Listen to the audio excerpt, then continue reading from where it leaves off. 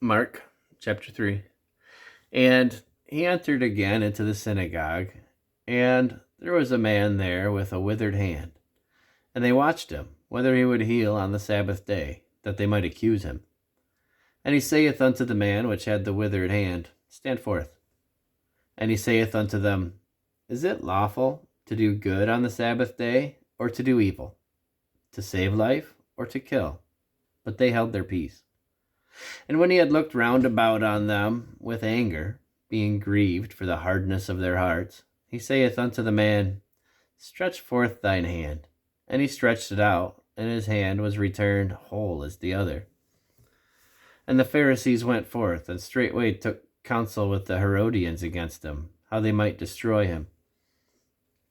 But Jesus withdrew himself with his disciples to the sea, and a great multitude from Galilee followed him, and from Judea, and from Jerusalem, and from Idumea, and from beyond Jordan, and they about Tyre and Sidon. A great multitude, when they had heard what great things he did, came unto him. And he spake to his disciples that a small ship should wait on him, because of the multitude, lest they should throng him. For he had healed many, insomuch that they pressed upon him for to touch him, as many as had plagues. And unclean spirits, when they saw him, fell down before him, and cried, saying, Thou art the Son of God. And he straitly charged them that they should not make him known.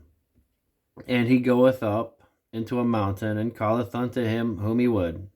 And they came unto him. And he ordained 12, that they should be with him, and that he might send them forth to preach, and to have power to heal sicknesses, and to cast out devils. And Simon he surnamed Peter, and James the son of Zebedee, and John the brother of James, and he surnamed them Boanerges, that is, the sons of thunder, and Andrew, and Philip, and Bartholomew, and Matthew, and Thomas, and James the son of Alphaeus, and Thaddeus, and Simon the Canaanite, and Judas Iscariot, which also betrayed him. And they went into an house, and the multitude cometh together again, so that they could not so much as eat bread. And when his friends heard of it, they went out to lay hold on him, for they said, He is beside himself. And the scribes which came down from Jerusalem said, He hath Beelzebub, and by the prince of devils casteth he out devils. And he called them unto him, and said unto them in parables, How could Satan cast out Satan? And if a kingdom be divided against itself, that kingdom cannot stand.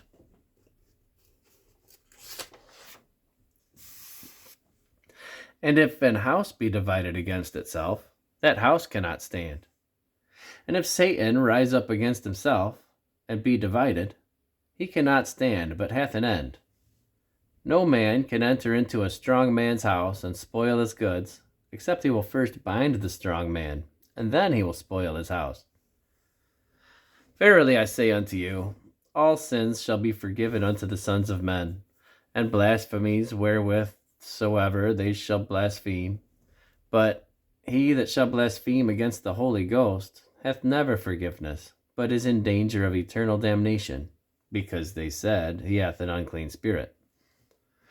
There came then his brethren and his mother, and standing without, sent unto him, calling him. And the multitude sat about him, and they said unto him, Behold, thy mother and thy brethren without seek for thee. And he answered them, saying, Who is my mother or my brethren? And he looked round about on them which were about him, and said, Behold, my mother and my brethren. For whosoever shall do the will of God, the same is my brother, and my sister, and mother.